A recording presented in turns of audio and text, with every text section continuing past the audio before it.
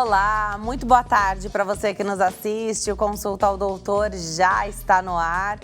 Hoje, com 3 entrevistas super especiais, a gente fala sobre a osteopatia no tratamento da lombalgia em adultos. Tem ainda bate-papo para entender o que é um mal súbito. Será que dá para fazer algum tipo de prevenção?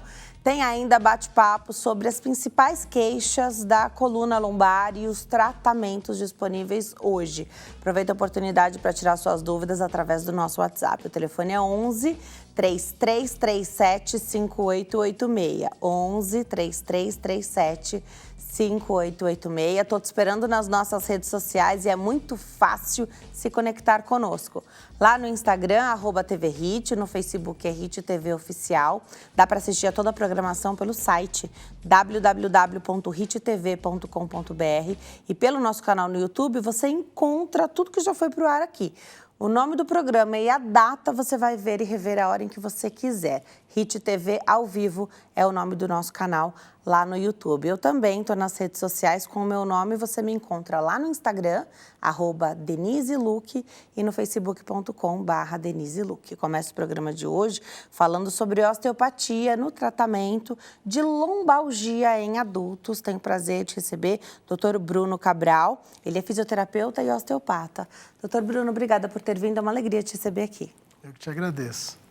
Vamos lá, então, a gente até já tivemos oportunidade de falar aqui no Consulta ao Doutor sobre osteopatia, mas não é com tanta frequência quanto a gente gostaria. E eu acho que é bacana falar, porque é mais uma opção de tratamento, né? Para essa questão que a gente vai comentar aqui, que é a lombalgia. Pincela pra gente, só para dar um norte, o que é osteopatia, Bruno? Denise, a osteopatia é um método terapêutico e diagnóstico onde a gente utiliza principalmente as mãos para atingir esse resultado. O principal diferencial da osteopatia que eu vejo é essa visão holística do ser humano. Então, por exemplo, se você tem um problema na lombar, a gente não vai olhar só para a sua lombar, a gente vai tentar entender o ser humano, Denise, o que está acontecendo para essa dor estar acontecendo e estar te incomodando. Com manobras, então, usando as mãos, você trata a região, que no caso aqui é a coluna. A gente faz diagnóstico e terapêutica com as mãos, né? Tá. Bruno, então vamos lá. É o que mais chega hoje? É dor na coluna lombar? E para chamar lombalgia, é só a dor na lombar ou é um quadro mais complexo? Hoje a lombalgia, ela atinge 80% da população, né? Então, sem sombra de dúvidas, é a coisa que mais chega no consultório. Pessoas com dor lombar. E essa dor, o pessoal te procura como uma emergência? Bruno, me salva, um paciente teu que te liga e você tem que ir lá, às vezes o consultório nem está aberto, você vai lá para socorrer essa pessoa. São pessoas que mesmo em tratamento ou já tendo passado em fase de manutenção, que a gente vai comentar também aqui no decorrer dessa entrevista, pegaram um peso excessivo, não cuidaram, como que funciona? Como que é essa chegada do teu paciente até você? Ótima pergunta. Na verdade, vem gente de todo tipo. Desde as pessoas que foram praticar um beach tênis e acordaram com dor, pessoas que simplesmente sentiram dor do dia para a noite e não sabem explicar o que fizeram, ou geralmente falam assim, Bruno, não fiz nada demais e começou a doer. Pessoas com dor crônica, né? Aquelas dores que começam e a pessoa fica achando que vai melhorar, vai enrolando, bota uma bolsinha de água quente, toma um remedinho, passa alguma coisinha e depois de um tempo viu que a dor não melhorou, daí fala, puxa, preciso procurar alguém. Daí alguém sempre indica, poxa, tem o Bruno, tem o osteopata. Enfim, muitas pessoas que chegam na osteopatia já passaram por outros tipos de tratamento. Então, quando elas esgotam os tratamentos, mandam para a gente lá, porque a gente tem um olhar diferenciado. Como eu te falei, a gente consegue olhar o ser humano de forma holística. E esse eu acho que é o grande diferencial. Legal. Também porque o melhor tratamento é aquele que o teu paciente consegue seguir, né? Consegue fazer. Com certeza. Né? Então, tem gente que vai se adaptar com um certo tipo de tratamento, outras pessoas vão preferir um outro tipo. Ainda bem que tem vários, né? Várias maneiras de fazer o tratamento. Verdade. Agora, pensando na osteopatia, as sessões são semanais? Depende de como esse teu paciente chega? Isso varia muito de pessoa para pessoa, mas geralmente a gente atende uma vez por semana, uma vez a cada 15. Em casos mais graves, 2 vezes por semana, mas isso é raro, mais raro, né? Geralmente uma vez por semana, daí a gente começa a passar uma vez a cada 15. E o tratamento osteopático geralmente é mais curto, né? Então você dá alta para o paciente com menos sessões do que, de repente, utilizando uma outra ferramenta. Sim. A gente costuma fazer o acompanhamento também, né? Então a gente, não é que a gente dá alta e tchau, nunca mais a gente se vê. Porque o nosso corpo é como se fosse o carro. A gente está sempre fazendo uma revisão. Então, volta e meia, essa pessoa volta para o consultório para dar uma olhada, ver como está, né? Pessoas que vêm uma vez por mês, pessoas que vêm uma vez a cada 3 meses, outras que vêm uma vez a cada 6 meses. E tem aquelas que ligam, faz um tempo que eu não apareço aí, já estou sentindo, não sei o quê, daí acaba aparecendo de novo. Então, pode existir o que a gente chama de manutenção. Sim. É essencial, né? Você está sempre olhando antes que aconteça um problema mais grave, né?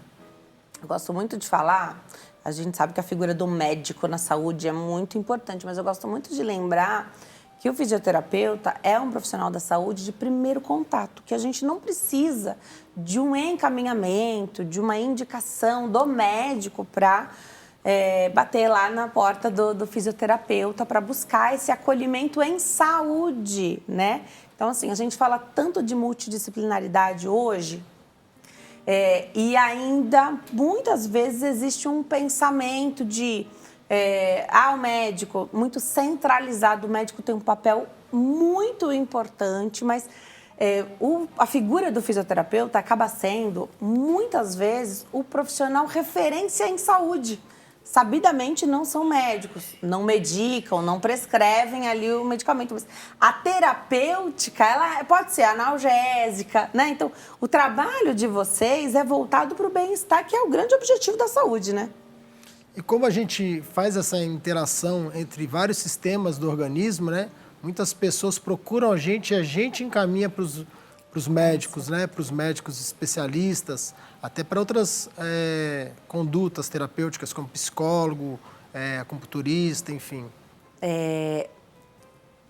Irradiação para as pernas é comum na lombalgia?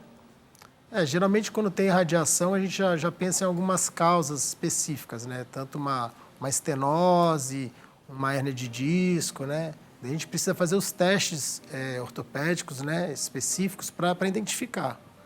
Mas não é uma coisa tão comum assim. Acontece bastante, né, mas a dor lombar eu acho que é mais comum. É importante levar, por exemplo, a pessoa que já tem exames prévios da coluna, porque essa dor já acompanha a pessoa há muito tempo, isso é bem comum, né? É importante levar os exames para que você possa ver aquilo que já está feito, né? Porque não que em todas as vezes seja necessário fazer exames. Eu queria entender essa questão do histórico que a pessoa já tem, às vezes. É normal, né? Toda vez que a gente agenda uma consulta, eu já peço que traga os exames. Daí a gente faz um acompanhamento, que pessoas que têm dor há mais tempo, geralmente já chega com um bolo de exame. A gente dá uma olhada mais rápida nos mais antigos, né? Para entender essa evolução, que é muito importante a gente entender como é a vida dessa pessoa, né? A gente querer tratar uma dor sem entender como essa pessoa vive, como essa pessoa trabalha, fica muito fora, né? Hoje a ciência fala muito no tratamento biopsicossocial, né? Então a gente olha muito para isso, entender como é seu comportamento no dia a dia. Tratar uma dor não é simplesmente ir ali passar uma pomadinha, não é tão simples assim, né? Quanto tempo costumam durar as sessões de osteopatia, Bruno? Isso varia de terapeuta a terapeuta, né? A minha consulta, a maioria dos meus amigos, a gente trabalha em 1 hora, né? Então, dentro dessa 1 hora, a gente vai conversar com a pessoa, leva uns 20, às vezes até mais tempo, conversando, tentando entender a causa, né? Porque a gente busca a causa do problema, tentando entender o que está gerando essa dor, esse problema. A terapêutica mesmo, são as massagens, você pode dizer assim, de uma forma simplificada, é mais rápido, né? De 20 a 30 minutos no máximo, né? E no final a gente sempre passa uma recomendação para casa, passa orientações. Eu geralmente acompanho meus pacientes, né, através das redes sociais, assim, redes sociais não, desculpa, do WhatsApp, né? A gente fala com os pacientes pelo WhatsApp, eles me escrevem, a gente sempre está... Porque eu atendo muita gente de fora também, né? Atendo gente de longe, atendi semana passada agora uma pessoa que veio do Ceará, entendeu? Daí a gente Precisa de mais tempo para se organizar também, né? Para vir, por exemplo. Se Essas pessoas, no caso dessa mulher, por exemplo, ela tem uma fisioterapia lá. Ela fica na dúvida, não sei o que, daí a gente conversa e ela vai passando, a gente vai fazendo um bate-bola com a fisioterapeuta dela lá do Ceará, a gente vai passando algumas coisas, né? Orientando se precisar. Legal. Vamos de perguntinha do público, saber o que chega para nós através do WhatsApp? Vamos ver. Pergunta do Antônio, de Brejinho, Rio Grande do Norte. Boa tarde, doutor. Qual é o melhor tratamento para escoliose? Um outro problema bastante comum de coluna também. Dá para tratar a escoliose com osteopatia? Assim, a gente sabe que existem técnicas mais assertivas para o tratamento da escoliose, né? Quando a gente fala de escoliose, acredito que estão falando da escoliose idiopática, né? Do adolescente, que são as que chamam mais atenção, né? Aqueles pequenos desvios da coluna, que muita gente fica incomodado, achando que tem uma escoliose, aquilo a gente trata bem, né? Não é uma preocupação tão grande. A osteopatia, sim, ajuda bastante no tratamento da escoliose. Agora, existem exercícios mais específicos para essa correção das curvas, né? A gente sabe que a fisioterapia tem um arsenal de ferramentas e a osteopatia é uma delas. Hoje, o que você atua mais é com a osteopatia mesmo? Sim. Tá. Porque, dependendo do caso, de repente, outra terapêutica pode ser mais indicado. Então, é muito isso, né? Da pergunta que veio que você respondeu. Eu trabalho com osteopatia e fisioterapia, não tem como dissociar. No Brasil, a osteopatia é uma especialidade da fisioterapia, diferente de alguns países, né? Mas eu, no caso, né, como trabalho muito com coluna, a gente trabalha geralmente em parceria com as pessoas que fazem esse tratamento focado no tratamento de escoliose, né? Como se a gente facilitasse, né? Fazendo algumas correções articulares, a gente facilita o trabalho dessas correções posturais, vamos dizer assim. Perfeito. A gente está falando aqui do tratamento em adultos, né? É diferente? Então, a gente tocou no assunto da escoliose, você falou que na adolescência tem uma questão ali muito comum. É diferente tratar? Então, realmente o foco, quem atua com adulto, costuma atuar só com adulto, é diferente para atender menores de idade? Assim, cada situação tem sua particularidade. Existe uma escoliose também do adulto, né, chamada escoliose de novo, que é a escoliose mais relacionada à artrose. Aí eu acho que a osteopatia tem até um tratamento mais individualizado, não precisa tanto desses exercícios, né? Acho que a osteopatia tem uma ação mais específica, mais bacana, né? Pacientes daí seriam pacientes mais idosos, acima de 60 anos, né? É bem comum isso. E na lombalgia também, porque eu acredito que o teu paciente confia muito em você. Aí, às vezes, é o filho que está com dor na coluna lombar. Sim. Dá para fazer? Tem alguma restrição de osteopatia? Não, né? Osteopatia não tem restrição de idade. Desde bebê, né? Eu já vi muito sobre isso. Desde bebê, recém-nascido.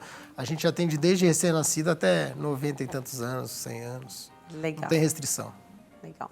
Nenhuma contraindicação, então, para fazer tratamento? Para osteopatia, não. A gente tem contraindicações para algumas técnicas, né? Então, por exemplo, se a pessoa tem uma osteoporose grave, a gente não vai fazer uma manipulação. Manipulação seria aqueles estalos, né? Que o pessoal tanto gosta de ver. A gente não vai fazer uma manipulação numa pessoa que tem uma osteoporose grave. A gente usa outros tipos de técnicas. Então, a gente tem um arsenal de técnicas. A gente sempre fala, a gente tem uma caixa de ferramentas. Se essa aqui não está servindo, a gente usa outra. Mas contraindicação para tratamento, muito difícil. Muito legal. Tem algumas causas aí, outras causas para dor na coluna lombar, que você chegou a falar, hérnia de disco, por exemplo. A menor parte é cirúrgica, mas ainda assim tem muita gente que quer fugir da cirurgia, né? Ou fazer as tentativas, né? Não, peraí, às vezes o médico deixa você, então tenta mais um pouco, né? Porque às vezes é a dor ou as situações do próprio paciente que vão ditar qual é o momento da cirurgia ali para fazer, né? Quando o caso é cirúrgico. Você atende muitos pacientes que estão ali quase fazendo cirurgia e querem tentar para ver se tem alívio, para ver se tem conforto, se melhora essa dor? Atendo sim. Na verdade, atendo até muitas pessoas que estão com indicação cirúrgica. Alguns médicos amigos meus, assim, né, que gostam do meu trabalho, me encaminham pacientes para ver se escapam esses pacientes, tiram esse paciente da cirurgia, né? Pensando em fazer um tratamento. Porque, assim, existe um protocolo. Antes de uma cirurgia, você tenta 2 meses de tratamento conservador, né? Então, os médicos que têm mais responsabilidade, eles encaminham esses pacientes para a gente, né? Tentar fazer esse tratamento antes da cirurgia e, quando não tem jeito, vai para a cirurgia e está tudo certo também. A cirurgia hoje está muito bem encaminhada. Porque depois da cirurgia, vai ver o fisioterapeuta de novo, com Vai ter que fazer certeza. fisioterapia. E a osteopatia é indicada em pós-cirúrgico ou não? Sim, É? com certeza. Com certeza. Como que funciona depois da cirurgia? Assim, a gente vai voltar a procurar a causa desse problema, né? Às vezes a causa desse problema já virou crônica, então a gente não consegue mais, como vou dizer, já está estabilizada. Então, se essa pessoa tem um problema, por exemplo, numa articulação de cima, que gerou uma hipersolicitação na articulação de baixo, e essa hérnia de disco na articulação de baixo, a gente tem que liberar essa parte de cima. Só que muitas vezes essa parte de cima já está tão antiga que ela já está rígida. E depois da cirurgia, a gente continua com esse trabalho, né? Por mais que a gente tenha evitado a cirurgia, se a gente não fizer esse trabalho, essa hérnia de disco pode se recidivar, né? Ela pode voltar. Isso é bem comum que acontece. Agora, Bruno, aqui na sua fala, eu lembrei que, claro, tem gente que já fez cirurgia na coluna há mais de década, 2 décadas, técnicas diferentes, houve muita evolução nessa área, né? Então, ali nos últimos anos. Para quem já tem uma cirurgia prévia, não necessariamente na coluna lombar, mas é bem comum, né? Cirurgia nessa região da coluna, pode ser submetido a sessões de osteopatia. Tem que avisar? Eu imagino que a pessoa sempre fale, né? Mas, assim, é importante, faz parte da sua anamnese saber de cirurgias anteriores na região? Sim, na verdade, na anamnese a gente pergunta todos os tipos de cirurgia, né? Da vida da pessoa. Porque a gente sabe que várias cirurgias podem interferir nessa mobilidade, né? Porque, por exemplo, na visão da osteopatia, o que seria uma hérnia de disco? É uma situação onde o corpo está hipersolicitado. Porque o disco não é para arrebentar. Ele está arrebentando por quê? Porque ele está sendo hipersolicitado. E por que essa hipersolicitação? Porque alguma parte desse corpo não está mexendo muito bem. Se alguma parte do corpo não trabalha bem, essa coluna está sobrecarregada e estoura o disco. E simplesmente operar não vai fazer essa outra parte mexer de novo. Então a gente precisa fazer esse trabalho para que isso não volte a acontecer. Porque muita gente que opera volta a ter o problema. Tem a ver com postura também? Porque o nosso dia a dia é o quê? É muito movimento, a gente deve estar sempre pronto para o movimento, o nosso corpo foi feito para o movimento. Mas pode existir essa questão da postura? Então, alguém que tem a postura é ruim, isso prejudicar? E a osteopatia ajuda nisso? Nessa consciência maior ou não? Essa questão da postura, né, da postura que a grande população fala, os trabalhos científicos não falam sobre isso, não conseguem provar essas dores relacionadas à postura, tá? Isso é um mito que tinha, que hoje os trabalhos científicos não provam. Mas, claro, posturas desadequadas, assim, para certos tipos de trabalho, para carregar peso, essas coisas, você pode, sim, fragilizar uma região que já está com problema, e pode, sim, acontecer problemas mais graves por conta disso, né? Uma pessoa que já tem uma hipersolicitação lombar e vai carregar um peso de forma errada, trava, né? Estoura o disco. Como é que você trabalha? Porque eu sempre falo que o fisioterapeuta, às vezes, é vítima do seu próprio sucesso. A pessoa foi lá, te procurou. Em uma sessão, você melhorou muito essa dor, tirou a pessoa daquela crise, daquele pico de dor insuportável, né? A pessoa conseguiu contato com você e foi lá fazer um pronto-socorro. E com isso não precisou ir ao pronto-socorro para o alívio daquela dor. A pessoa não volta. Como é que você trabalha essa parte educacional mesmo do paciente? Claro, o paciente de longa data já sabe que se ele sumir muito tempo, daqui a pouco ele volta, né? Você tem que manter ali a frequência para ter a credibilidade, para na hora que você precisar que o Bruno abra o consultório dele no momento que ele nem está trabalhando, que ele faça isso. Porque, poxa, fulano de tal segue a orientação, né? Como é isso, Bruno? Isso é complicado, né? Porque as pessoas precisam ter mais comprometimento com a saúde, né? Não é todo mundo que tem esse comprometimento com a saúde. Na verdade, as pessoas buscam os profissionais da saúde quando estão impossibilitados de fazer aquilo que gostariam. A verdade é essa. As pessoas só me buscam com dor quando começa a atrapalhar o dia a dia. Os homens, principalmente. As mulheres, tem até muita mulher que começou a sentir uma dorzinha, já liga, vem ver o que está acontecendo, mas agora, a maioria não, né? Quando não consegue mais jogar seu beach tênis, não consegue mais fazer suas coisas, dirigir, daí liga que está desesperado. Mas a dor já começou, foi lá atrás. Se tivesse procurado mais cedo, não tinha chegado nem nessa situação, já tinha resolvido, né? E às vezes chega num limite que não dá mais para recuperar de forma tão simples, né?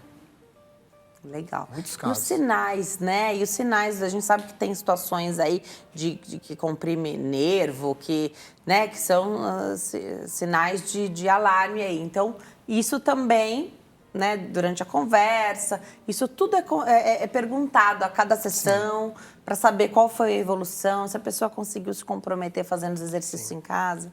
Com certeza, eu acompanho meus pacientes pelo WhatsApp, né? Legal. E toda vez que eles chegam no consultório, eu faço uma revisão da semana, como foram feitos os exercícios que foram recomendados para casa, as mudanças que foram sugeridas, se foram colocadas em práticas. É aquilo, tem gente que sempre vem com uma desculpa, não consegui. Tudo bem, só vai adiando sua melhora.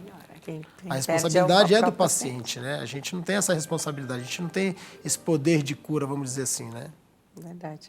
Vou passar os contatos aqui do Bruno, lá no Instagram, @osteopatia São Paulo, @osteopatia São Paulo. O WhatsApp é 11 937 10 12 12. 11 937 10 12 12. O e-mail é brunosalomé@hotmail.com.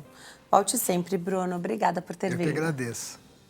A gente vai para o intervalo. No próximo bloco, você já ouviu falar de mal súbito?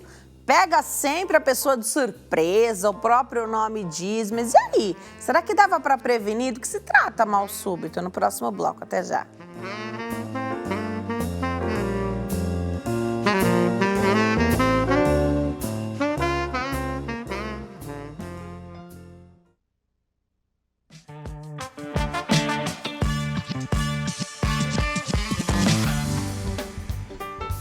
Nós estamos de volta nesse bloco para falar de mal súbito. Aproveita a oportunidade para tirar suas dúvidas através do nosso WhatsApp. O telefone é 11 3337 5886. Nesse bloco eu tenho o prazer de receber o Dr. Ronaldo Vasque, médico cardiologista e diretor do Hospital Santa Ana. Doutor, que alegria te receber aqui. Obrigada por ter vindo. Alegria é toda minha. É uma honra estar aqui, podendo esclarecer as dúvidas das pessoas que estão nos assistindo, e eu estou aqui à disposição. Eu agradeço. A gente conta com a participação de quem está em casa através do WhatsApp. Doutor, pega as pessoas de surpresa, parece que não tem muito como prevenir, não sabe o que é, chama de mal súbito. Afinal, o que é mal súbito, doutor? O mal súbito ele se confunde com a manifestação clínica de algumas patologias que são extremamente graves, né? Então, quando a gente fala de mal súbito, no adulto, vamos falar um pouquinho de adulto e de criança. No adulto, primeiramente, nós podemos falar sobre ataque cardíaco, tá certo? Ou parada cardiorrespiratória, ou o infarto agudo do miocárdio, mas o mal súbito se confunde com isso, mas é muito mais do que isso, né? Eu vou falar um pouquinho, antes da gente entrar nos conceitos, na incidência disso. Por favor, né? Importantíssimo. Morte súbita. Então nós vamos falar, ao invés de falar de mal súbito, vamos falar de morte súbita. Que é o que mais chama atenção, que é quando a situação leva a óbito, né? Leva à morte da pessoa. Perfeito. Nos Estados Unidos, a incidência de morte súbita, pelas estatísticas, chega a mais de 580 mil mortes por ano. Aqui no Brasil é um pouco menos, mas também a nossa população ela é menor do que a população americana. Aqui no Brasil nós estamos falando de um pouco mais de 380 mil mortes por ano. Bastante. Pela manifestação clínica desse mal súbito que a gente já vai falar um pouquinho, né? E nessa proporcionalidade nós temos, portanto, diariamente, 1.000 mortes. Então nós estamos falando de mais ou menos 30 mil por mês. E é assim dividido. Adultos, homens, aproximadamente 70% desse número. Então, nós estamos falando de 700 mortes. E mulheres, 300 mortes por dia. Então, é muita gente no Brasil. E você estava me perguntando no estúdio, antes da gente entrar aqui, o que a gente podia fazer para prevenir isso, né? Então, antes, vamos falar um pouquinho do que é isso. Morte súbita no adulto, ela acontece, na sua maior proporcionalidade, por duas manifestações clínicas de complicações, de fatores de riscos que vão se manifestando ao longo da vida nos pacientes de duas formas. Ou infarto agudo do miocárdio, ou acidente vascular encefálico ou AVC, que é conhecido popularmente como derrame cerebral. Então, nós estamos falando de infarto e de derrame cerebral na sua maioria. É lógico que existem outras causas de infarto, de morte súbita, relacionadas também com a função do cérebro e do coração, mas uma proporção um pouco maior. As arritmias cardíacas também podem se manifestar isoladamente e levar à morte, mas desde que a gente tenha como causa uma doença já do coração manifestada previamente, por fatores de riscos que não foram controlados, como hipertensão, diabetes, dislipidemia, que são as gorduras elevadas no sangue, drogas, uso de drogas lícitas e ilícitas, como a bebida alcoólica, tabaco e por aí afora, entendeu? Então, são manifestações, fatores de riscos que vão se manifestando nas pessoas e que, quando não bem controlados, vão levando a doenças, tá certo? Por obstruções, entupimentos das artérias do nosso corpo, ou mesmo a dilatação do próprio coração, que a gente chama das miocardiopatias, que vão propiciar, no final dessa história, uma manifestação clínica que é essa morte súbita, que é esse mal súbito. Então, é muito importante que a gente conheça o que leva a essa situação, né? Porque pelo nome, então você fala mal súbito ou morte súbita, então quando esse mal leva à morte, parece, até pelo nome mesmo, sugere que assim, é uma fatalidade.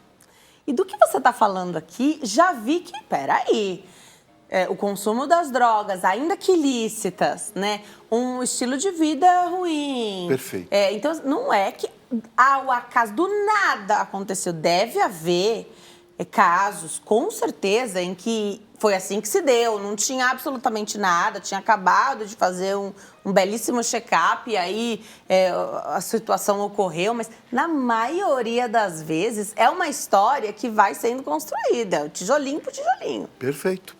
Você foi muito feliz na sua colocação, porque são doenças que a gente vai adquirindo ao longo do tempo. Existe um fator, Denise, que não tem como a gente mudar, que é a nossa herança genética que a gente traz dos nossos ancestrais, da nossa família, dos nossos pais, dos nossos avós, que ainda hoje não tem como a gente mexer. No futuro, a medicina biomolecular vai nos propiciar até mudar essa situação. Mas hoje não tem como. O que a gente pode fazer? Nos preocupar com o nosso estilo de vida, tá certo? Você foi muito clara nisso. Então, cuidado com a saúde é fundamental, tá certo? Então, saber se você é hipertenso, se você é diabético, se você é dislipidêmico, o colesterol e triglicéride elevado, que são as gorduras. Você saber que o uso de fumo, de tabaco é extremamente prejudicial, bebida alcoólica, tá certo? E nem vou falar aqui das drogas ilícitas, tá certo? Que culminam com manifestações muito graves mesmo. Então, a gente saber se temos isso ou não, se somos portadores, é fundamental. E começar um tratamento rigoroso, disciplinado, com profissionais adequados. E não é só médico, é médico, nutricionista, profissionais que orientem a atividade física, tá certo? Se você tiver essa condição.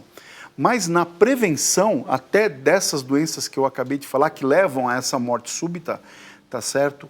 É a gente se preocupar com o nosso estilo de vida mesmo. Então, precocemente, desde pequeno, nós cuidarmos da nossa alimentação, da nossa atividade física, do estresse, tá certo? Que a gente acaba se envolvendo no dia a dia com essa vida competitiva, com essa vida louca que a gente tem em busca da nossa manutenção e da nossa família e que leva a um estresse muito grande, produtividade de hormônios em excesso no nosso organismo que vão deteriorando o nosso organismo e vão levando à manifestação desses fatores de riscos que vão levar à morte súbita. E a gente não tem um estilo de vida tão saudável quanto a gente verdade. deveria. E a gente está tão longe de fazer um check-up de excelência com a frequência adequada, né? Então, exames simples para saber se o coração está em ordem. Simples mesmo, simples, não sei como é no SUS, mas simples de marcar no convênio, né? Um eletro... Tem ecocardiograma, a gente pode falar sobre esses exames aqui. O que a gente vê na prática é assim, quem que está fazendo esses exames? Quem vai operar uma cirurgia eletiva, pode ser até estética, e aí você abrange um público mais jovem, muitas vezes, que nunca faria, se não fizesse a cirurgia estética, não se submeteria a uma avaliação cardiológica do tamanho que a gente devia fazer de tempos em tempos. Perfeito. O SUS, ele tem ferramentas para prevenção. Existe, sim, orientação pública e até ferramentas para prevenção. Mas é muito aquém da necessidade de um país continental como o nosso, que tem mais de 200 milhões de pessoas por aqui, tá certo? Mas os gestores da saúde pública precisariam investir muito mais.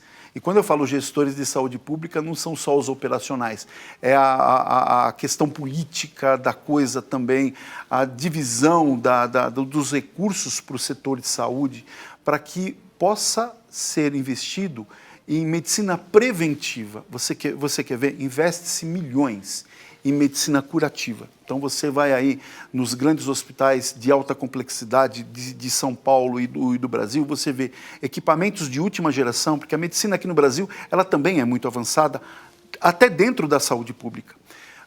Investe-se em medicamentos. Então você vai na FURP hoje, você consegue pegar medicamentos gratuitamente para tratar pressão, diabetes, dislipidemia, tudo isso que eu falei, tá certo? Com uma receita médica você vai na FURP e consegue, ou até numa farmácia popular, a preços populares e muitas vezes você consegue a medicação até gratuita para tratar essas manifestações.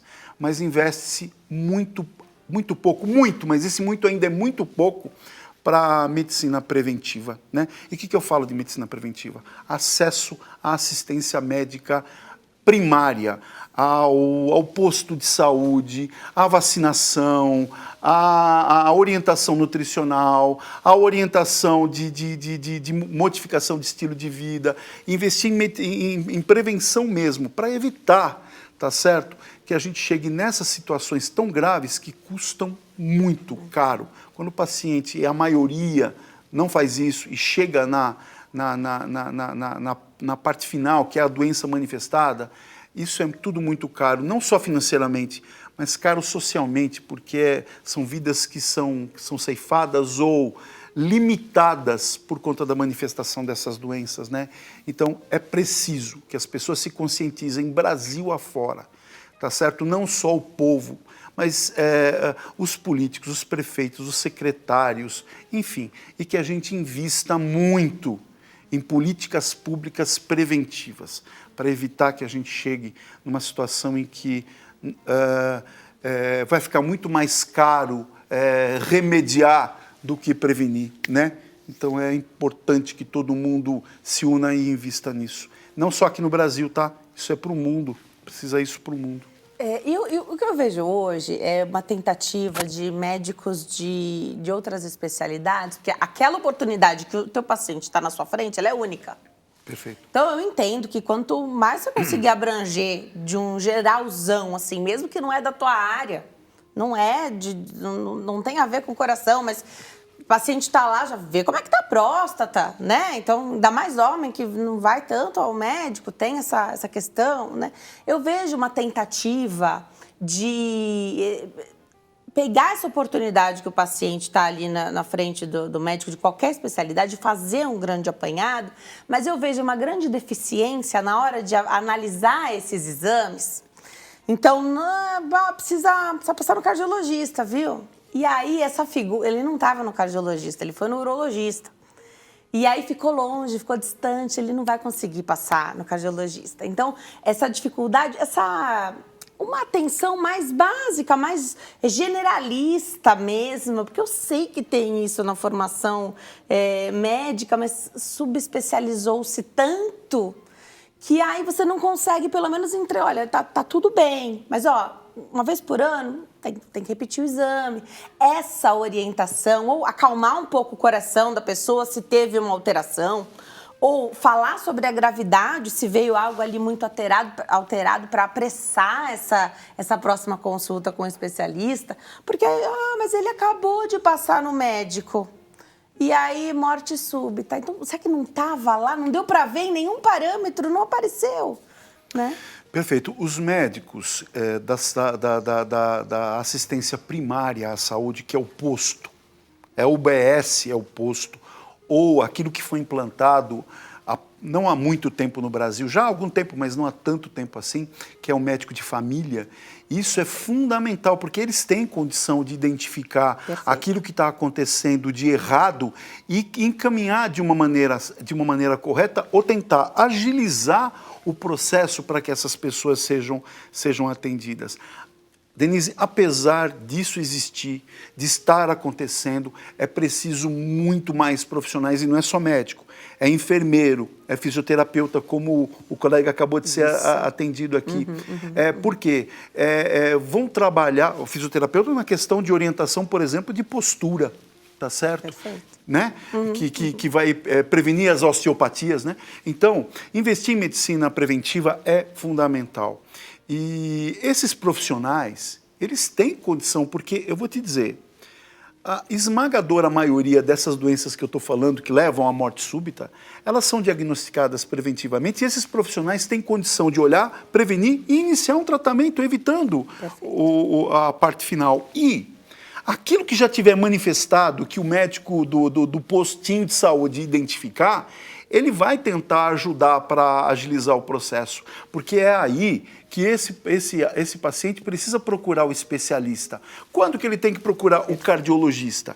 Quando ele foi diagnosticado com alguma situação que precisa da intervenção de um profissional mais específico, que precisa orientar, por exemplo, um cateterismo cardíaco, ou uma angioplastia, ou reorientar um tratamento fora daquele universo mais geral. Mas esse médico generalista, esse enfermeiro, esse fisioterapeuta, ele tem essa condição. E o Brasil tem capacidade para isso. Nós temos bons profissionais aqui com capacidade para poder trazer esse benefício primário para a nossa população. E a gente construiu uma imagem de que se você não passou com um médico, não valeu.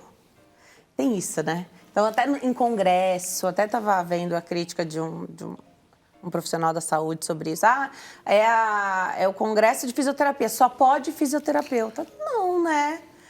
Todo mundo que acha que pode agregar, outros profissionais da saúde que acharem que conseguem agregar ali no tema, é conhecimento, né? Ou então fica muito evidente, né, nos congressos quem é o médico e quem não é. Né, vem muito diferenciado ali no crachá, né? Porque criou-se isso de, passei no postinho, mas você acredita que não me encaminharam para o médico? Porque não houve necessidade, né? Então, entender todo esse aparato de saúde como não excludente, mas trabalhando juntos. Você não viu o médico porque não houve a necessidade. Tem isso também, né? De achar que, mas eu só fui no postinho, mas o posto, ele serve para isso, né? Existe uma equipe que faz digamos assim, uma triagem, que faz a puericultura lá no postinho. Então, a criança vai lá no posto e a enfermeira pesa, Perfeito. Ela anota naquele livrinho o peso e a altura da criança e vai fazendo um acompanhamento, tá certo? E na medida em que vai percebendo que a criança não está atingindo altura e peso na proporção, e aproveita ali média pressão, e aproveita ali se tem alguma queixa, já identifica se o paciente tem uma glicose através daquele examezinho da ponta do dedo, e pode, a partir desse atendimento primário, começar a orientar. Mãe, a partir desse momento, você precisa, na verdade, passar com o doutor. Então, vamos agendar? Vai lá na recepção, agenda para o doutor tal, porque a pressão está alterada, porque a glicemia está alterada. Então, o atendimento primário, o acolhimento, ele é extremamente importante. Mas é lógico que a presença do médico é fundamental, mesmo preventivamente, entendeu? Então, é por isso que eu chamo a atenção, e todo mundo sabe disso, das grandes autoridades públicas de saúde desse país, para que unam forças e propiciem esse benefício extremo, que é dar à população, colocar a população em contato com esses profissionais, né? Isso é importante. Você falou de cateterismo e angioplastia como ferramentas ali para, de repente, não chegar no desfecho ruim do óbito, muitas vezes, né? Isso, e a gente vê alguns casos em que isso é programado, planejado, eletivo. O que vai diferenciar se a pessoa, então, teve, às vezes, um mal súbito, passou mal, vai para o pronto-socorro e ali faz o procedimento, ou, olha, o gato subiu no telhado, sabe? A coisa aqui não tá muito boa. Vocês falam num percentual de entupimento ali que assusta uns e outros não. Tá 60% entupido. E a pessoa segue a vida, normalmente não mudou o hábito também, né? Então, são perfis de pessoas e pacientes. E eu queria entender quando é que faz, na hora, já submete ali a pessoa e quando é que você pode programar. Perfeito. 80%, um pouco mais de 80% das grandes emergências acontecem em ambiente fora do hospital, tá certo? Então, o paciente, os familiares, os amigos, os companheiros de trabalho precisam saber, tá certo? Quais são os sinais e sintomas mínimos para que você possa, diante daquela situação, falar, opa, antes do infarto acontecer, antes da parada cardíaca acontecer, eu preciso levar o meu pai, minha mãe, meu amigo para o pronto-socorro agora, tá certo? Então, a cultura é importante. A família, o próprio paciente tem que saber, opa, estou tendo dor no peito, peraí, filho, me leva no médico agora, porque eu posso ter algum problema sério. Pode não ser nada, mas pode ser alguma coisa grave. Então, é importante que a população, de uma maneira geral, seja educada para reconhecer o que é uma situação em desequilíbrio na sua saúde e saiba o que fazer, saiba qual aparelho ele vai utilizar para assistência daquela saúde. Aparelho que eu digo é instituição a ser procurada, tá certo? Por exemplo, eu vou colocar duas situações aqui. Um paciente que tem dor no peito, ele tem que ser visto num pronto-socorro. Porque, como eu falei, pode não ser nada e pode ser um infarto e tem que ser tratado. Ou com droga para desentupir a artéria, se tiver indicação, tem todo um cabedal de coisas que tem que ser avaliado, ou mesmo encaminhado para um cateterismo e uma angioplastia de urgência, se essa ferramenta estiver disponível. Isso não é disponível em todos os lugares, mas é possível de ser feito.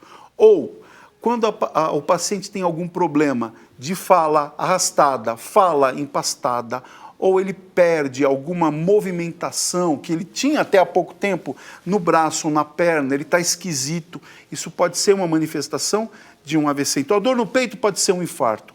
A perda da sensibilidade ou motricidade, como eu falei, pode ser um AVC. Então, preciso ir ao pronto-socorro. E o pronto-socorro vai saber separar o joio do trigo e vai saber, os profissionais que estão lá, dar o devido encaminhamento. Muito legal, muito legal. Agora, uma vez que a pessoa passou por um procedimento desse, ou uma angioplastia, ou um cateterismo, é é vida normal? A pessoa está mais suscetível a ter? Se ela tiver uma outra situação, aí já não é mais... levou a óbito, não é mais morte súbita porque já tinha uma história? Como que funciona? Aí é remediar, tá certo? Então, o paciente, por exemplo, que teve o diagnóstico de um infarto, que foi submetido a uma medicação para desentupir, que é um trombolítico, ou mesmo uma angioplastia, tá certo? É porque esse paciente seguramente tem na sua constituição física pressão alta instalada, ou diabetes mellitus, ou colesterol e triglicéride, ou obesidade, ou uso de drogas lícitas, tá certo? Ou mesmo ilícitas. Então, ele tem isso no seu cabedal, que levou ao infarto, que levou, por exemplo, a uma angioplastia. Aí, depois da angioplastia, dilatou a artéria que estava entupida, salvamos a vida do paciente. Colocamos lá a molinha chamada stent, que mantém a artéria aberta, tá certo? Esse paciente vai precisar ter um cardiologista, um endocrinologista, ou um clínico geral que entenda um pouco de tudo isso para poder fazer o acompanhamento e o equilíbrio disso que estava descompensado e levou a essa situação do infarto. Então, a vida dele, a partir daquela situação, já deveria ser disciplinada, mas a partir de agora vai ter que ser muito mais disciplinada, com mudança de estilo, readequação de estilo e medicamentos provavelmente muito mais fortes, tá certo? Então, vai poder ter uma vida, se não normal, praticamente normal, mas vai precisar ser disciplinado, porque senão ele pode ter outros eventos e a situação ficar cada vez mais complicada. Seja infarto, ou seja o derrame cerebral, pode sim se repetir, mesmo com tratamento pós, mas se não tiver, seguramente a situação vai ser muito crítica. Doutor, da tua área, né, chama muita atenção porque muita gente tem a recomendação, porque tem colesterol alto, triglicérides alto, é recomendado fazer, claro, a mudança na rotina, na alimentação, mas muita gente pega só no remédio, né? Tô tomando remédio, parece que tá tudo bem. E muitas vezes, e pressão alta também, né? Então, se pensar nas doenças silenciosas, e que muitas vezes a pessoa nem sabe qual remédio que é qual, do que é, qual que é o do colesterol, qual que é o da pressão. Existe, e quando esse contato médico se dissolve, que a pessoa não está mais fazendo, passou o susto, sabe? Não está mais fazendo aquele acompanhamento, então ela já não tem mais esse elo. Ela fala, mas estou me sentindo tão bem, medir pressão, pressão baixa, tá tomando remédio, tá normal a pressão. Acho que eu vou parar, viu? Eu fico tomando tanto remédio. Colesterol. Faz tanto tempo. Eu fiz umas mudancinhas aí na alimentação. Acho que eu vou parar. Isso é perigoso? Muito. Então, é daí que podem vir algumas situações que tomam como uma avalanche, provocam situações adversas? Muito. Medicamentos, quando diagnosticado, hipertensão, diabetes, colesterol e triglicéride elevado, obesidade, tá certo? Você vai precisar tratar tudo isso pelo resto da sua vida, tá certo? Eu coloco na receita dos meus pacientes assim, o nome do paciente e coloco embaixo. Uso contínuo. Uso contínuo é todo dia, tá certo? E oriento. Se tiver qualquer sintoma ou sinal, qualquer alteração que você suspeitar que é a medicação, faz contato comigo, faz contato com o seu médico de imediato, para que ele possa saber o que está acontecendo e reorientar a medicação. E reorientar o tratamento, que não pode interromper. Você pode até interromper, putz, eu acho que esse remedinho aqui está me fazendo mal. Tá, eu vou parar hoje, mas amanhã eu vou falar com o meu médico e é preciso reorientar isso. Não se pode interromper esse tipo de tratamento para manifestações clínicas de doenças crônicas que levam a mal súbito, entendeu? Ou levam novamente ao mal súbito que já aconteceu, ou à morte súbita, tá certo? Então é importante que a gente tome os medicamentos direitinho, sem interrupção. Doutor, eu adorei te receber aqui, volte outras vezes. Com o maior prazer. Adorei esse bate-papo, eu vou sair diferente dessa entrevista. Espero que você também. O Instagram, @Hospital Santa Ana e @dr.ronaldovasque. @dr.ronaldovasque. Vou me preparar para dar um recado e já encerro a nossa participação, mas te deixo uma pergunta aqui para você responder enquanto eu chego até lá. Tem uma idade, a gente está vivendo cada vez mais, graças a Deus, né? Maravilhoso. Mas tem uma idade em que, assim, se você nunca fez uma série de exames para o coração, olha, não tem mais como escapar, tem que ir lá e fazer. E que exames seriam esses? Uma pincelada, claro que você tem que voltar, você já sabe, né? Ah, perfeito. Vai ser uma honra. Eu preciso voltar mesmo para falar, inclusive, da incidência dessas doenças, porque eu falei aqui para você a diferença entre a manifestação no homem e na mulher, né? Por que isso e o que pode ser feito? Bom, pacientes acima de 50 anos, 45 a 50 anos, sejam homens ou mulheres, precisam estar muito mais atentos à necessidade desses exames preventivos, Denise.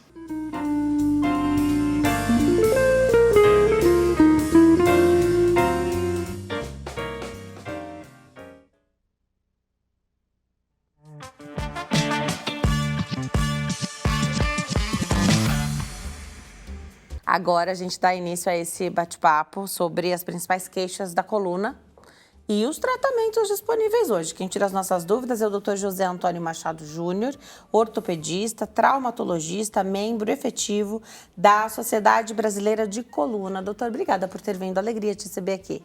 Muito obrigado, Denise. Boa tarde, quem está em casa ouvindo. E vamos tentar falar de uma forma acessível as patologias, os desafios da nossa coluna no dia a dia. Dor na coluna, quem não teve vai ter, é mais ou menos isso, né? Interessante, né? Seu programa teve 3 blocos. Um de coluna, um de coração e voltamos para a coluna. Assim, em atendimento de forma geral, a gente só perde para as consultas cardiológicas. Então, o consultório do ortopedista de coluna é um consultório sempre cheio.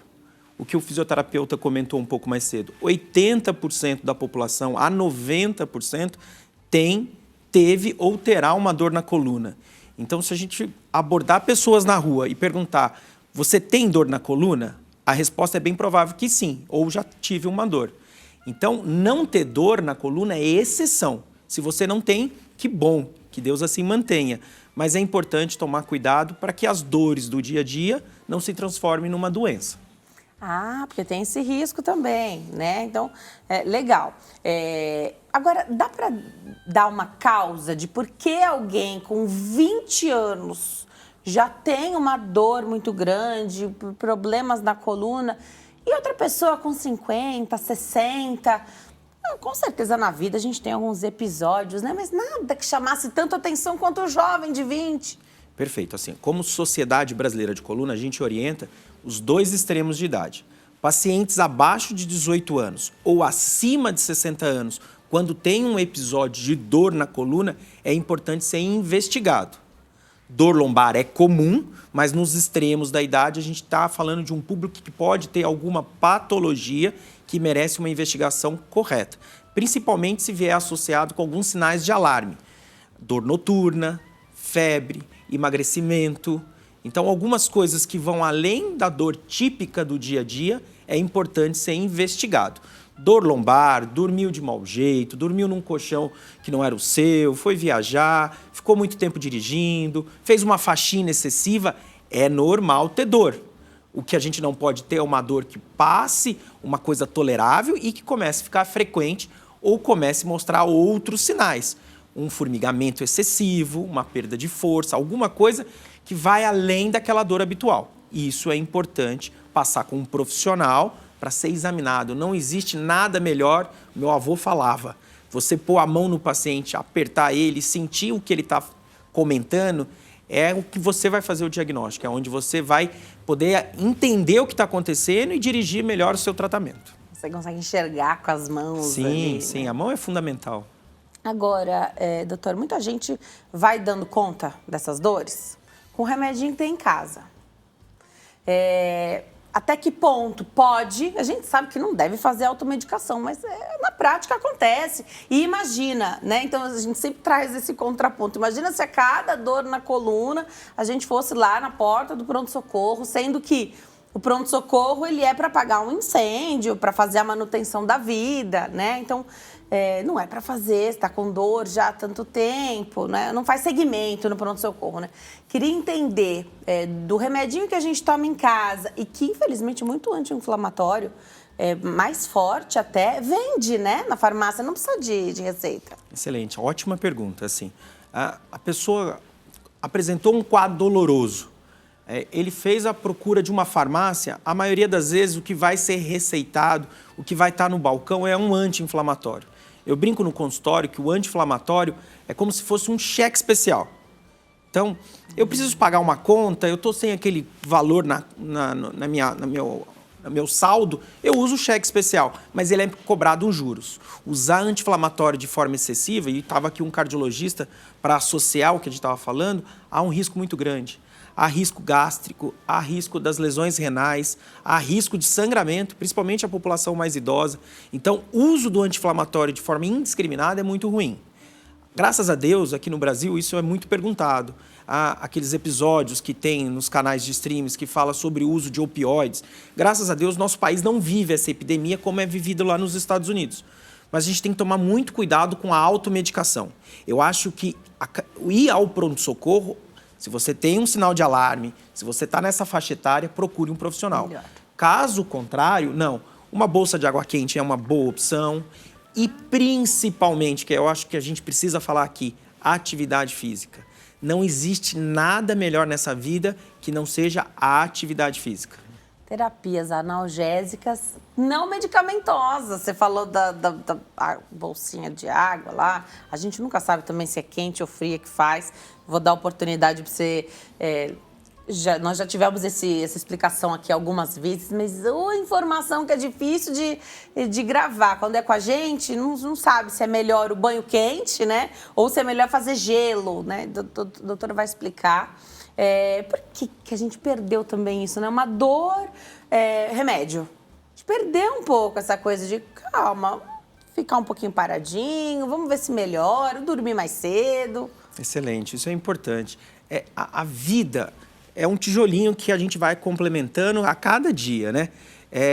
Na Bíblia fala em João 16:33, no mundo passarás por aflições, mas tem de bom ânimo, eu venci o mundo. Vai ter aflições, vai ter momento de dor. A não procura de ajuda para uma dor que não passa, isso também é ruim, porque dor se cronifica. Toda vez que a gente tem um estímulo doloroso, e vocês meninas que usam sapato apertado, pode falar. O sapato apertado usado excessivamente, chega uma hora que você não precisa mais usar o sapato. É só de imaginar que você tem um programa hoje, que você vai usar aquele sapato, você vai começar a ter uma dor. Eu brinco também no consultório. Para um pai que nunca deu uma chinelada no seu filho, se ele levantar o chinelo, o filho não vai entender. Mas quem já tomou uma chinelada da mãe, e a minha mãe já me deu chinelada, ela mostrava o chinelo e eu saía correndo. Sabia do que era, né? Então, isso é memória de dor. Então, se há um quadro que está crônico, que está se repetindo, e você não trata com a forma correta, e a forma correta, ela é individualizada, Denise. O que é bom para ti, não é bom para o outro paciente. Então, volto a dizer, se você não tem um diagnóstico, a gente já está falando de doenças, se você tem uma dor que já passou do que é normal e você não tem um diagnóstico, não existe o remédio correto sem diagnóstico. Perfeito. Se eu não sei quem é o bandido, eu não sei como eu vou fazer para pegar esse bandido. Então, o importante é ser avaliado corretamente e, principalmente, o exame físico. Muito legal. Perguntinha do público, vamos colocar na tela, saber o que chega para nós, atender o pessoal que está em casa com as perguntas, as dúvidas, vamos lá. Maria, aqui de São Paulo, boa tarde. Tenho uma hérnia de disco e por causa dela sinto muita dor embaixo da costela. O que posso fazer para aliviar? Obrigada, Maria. Maria já tem um diagnóstico. Excelente. Maria, ótima pergunta.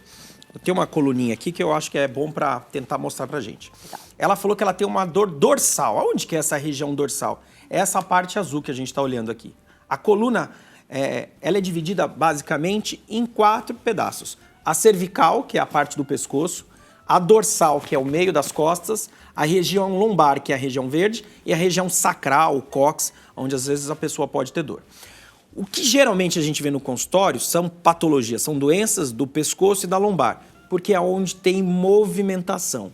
Então, por a gente movimentar e às vezes usar de forma excessiva ou inadequada, a gente vai desgastando. Então, as doenças da coluna, ela é degenerativa. Quem já fez um exame em casa e viu lá degenerativo, quer dizer, você está envelhecendo. E degenerativo não quer dizer que é ruim. Eu já estou começando a apresentar um cabelinho branco aqui. E cabelo branco não é doença. É sinal que eu estou me amadurecendo. Então, ela falou que tem uma hérnia dorsal. As hérnias dorsais são hérnias que a gente tem que ficar um pouquinho atenta, porque a gente está falando da região onde há medula. Basicamente, a medula termina na região de T12 e na região lombar tem as raízes. Graças a Deus, as maiorias das hérnias estão na região lombar, que não aperta a medula. Se ela está tendo uma compressão por uma hérnia, é importante ser avaliada pelo médico e observar sinais onde, além da dor, ela possa ter alguma coisa neurológica. Então, assim, hérnia de disco é muito comum na população. 60% a 70% da população vai apresentar alguma alteração degenerativa e está envolvendo o disco. Quando a gente fala de hérnia, esse exemplo aqui é bem legal. Então, eu tenho um segmento onde eu vejo duas caixinhas, duas vértebras, e entre essas vértebras eu tenho o disco, que é essa estrutura vermelha. Nada mais é do que a hérnia é uma estrutura que ela extravasa. Você está vendo em casa, assim, qual é a definição de hérnia? Hérnia é um tecido que não deveria estar ali. Não existe hérnia inguinal? É uma hérnia, mas é uma hérnia da parede abdominal. Então, a hérnia de disco é o disco que extravasou e está fazendo uma compressão na sua estrutura neurológica. E aí a gente começa a ter os sintomas que vai irradiando, que a gente chama de sintomas radiculares.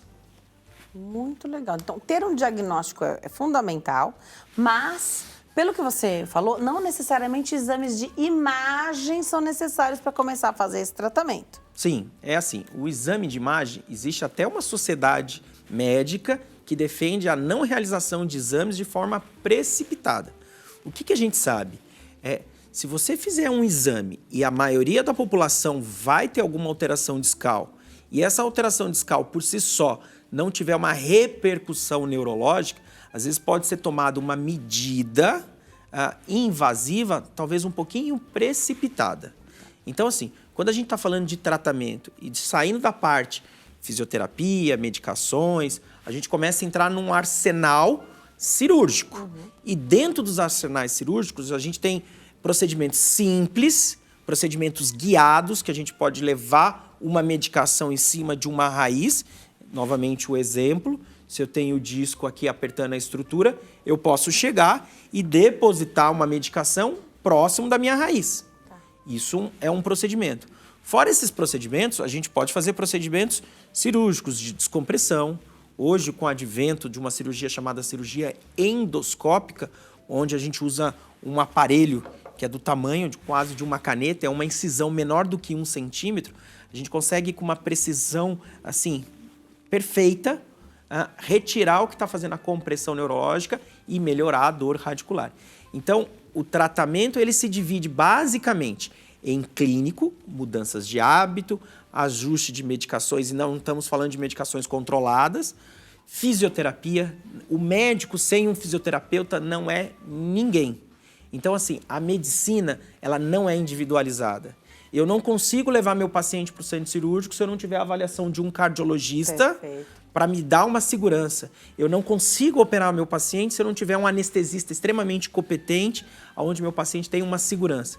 Então, na vida, nós não somos sozinhos. Nós somos a somatória de pessoas que vai trazer um resultado final satisfatório para o paciente. Fantástico. Vamos atender mais uma perguntinha do público? O doutor vai ter que voltar, a gente já sabe.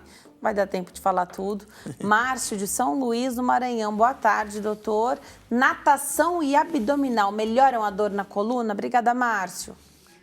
Voltamos na parte de mudanças de hábito e atividade física. Márcio, a atividade física é importante. A gente tem que tentar só entender o momento que você está na sua história de dor. Se você está na vigência aguda da dor, que está uma dor muito alta, uma dor forte, uma dor 10, o movimento, às vezes, naquele momento, é insatisfatório. Então, no consultório, se eu mandar o paciente ganhar massa muscular, fazer uma natação, fazer abdominal, na crise, eu vou perder o paciente, ele vai ficar extremamente chateado comigo e às vezes a gente vai perder a oportunidade de uma atividade que é tão importante para ele que ele não vai querer repetir. Então, na fase aguda, a dor é incêndio, a dor está queimando, eu tenho que apagar o incêndio. A gente não chama um pedreiro para consertar a nossa casa com a casa pegando fogo. Eu chamo o bombeiro. Apagou, tá seguro, a dor tá controladinha, então agora vamos fazer o fortalecimento. Basicamente, a gente tem que pensar na coluna como se fosse um prédio. E esse prédio, ele é composto por algumas estruturas, alguns cabos de aço que segura, que sustenta. Esse cabo de aço tem grupo muscular anterior, tem grupo muscular posterior, e esse grupo muscular, trabalhando a isometria, que é o movimento resistido, isso a longo prazo vai trazer um bom resultado. Então, natação, sim, é excelente. Algumas considerações, principalmente se você tem dor cervical. Porque a natação, dependendo da modalidade, você acaba fazendo muita rotação e muita flexão. Então, há a possibilidade de nadar com dor cervical, mas é importante, às vezes, até usar um snorkel, usar alguma adaptação para a modalidade. Nós, cirurgiões de coluna hoje da sociedade, nós não proibimos nenhuma atividade. Nós recomendamos. Alguma é melhor, outras são um pouquinho mais agressivas. Mas, de forma geral, o exercício, o movimento é fundamental para a sua recuperação. A gente tem menos de um minutinho, não dá tempo para mais nada. Posso dar uma Pode, dica, pode. Denise? É assim, eu tenho um podcast... Nossa Coluna Podcast. Nossa Coluna Podcast. Lá a gente tem alguns episódios onde a gente está orientando. Eu apresentei um episódio passado onde a gente falou sobre gestação e coluna. Ótimo. Com uma atriz chamada Sil Esteves. Então, assim, se você tem um pouquinho mais de curiosidade, quiser conhecer um pouco mais esse dia a dia, eu recomendo, acesse lá no YouTube Nossa Coluna Podcast.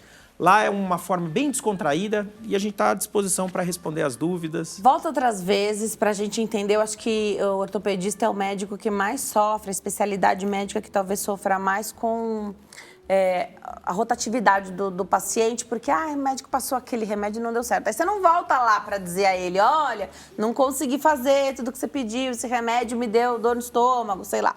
Você vai no outro, aí você que não deu certo no tratamento. Volta pra gente falar sobre adesão ao tratamento, sobre essas estratégias, as ferramentas disponíveis que são minimamente invasivas, mas não são cirúrgicas, tá? Volta. Instagram, @dr.josemachado. @dr.josemachado. O telefone é 11 9 5663 5583. YouTube é Nossa Coluna Podcast. Doutor, obrigada, viu? Obrigado. Eu só quero desejar um feliz Dia das Mães para minha mãe que está assistindo, para minha esposa, mãe do meu filho. Muito obrigado. Feliz Dia das Mães para todas as mamães. Uma ótima maneira de terminar o programa. Essa semana é especial mesmo. Obrigada, viu, doutor? Obrigado, Denise. Obrigada a você que escolheu ficar coladinho aqui conosco hoje. Te vejo amanhã. Tchau, tchau.